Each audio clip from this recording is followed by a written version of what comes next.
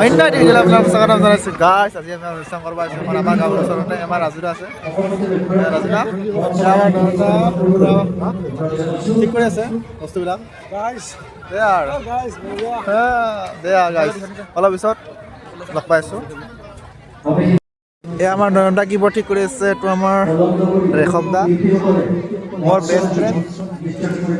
এই আমাৰ ৰুমদা, আমাৰ জুলদাৰ, আমাৰ দেয়াৰ গাইছ, দেয়াৰ বৰ্তমান চলি আছে চাউণ্ড চেক গাইজ। আমাৰ ৰাজুদাৰ চাউণ্ড চেক হৈ গ'ল, এতিয়া মোৰ আছে বাকী কৰিব, এটা কৰি আছে বৰ্তমান দেয়াৰ।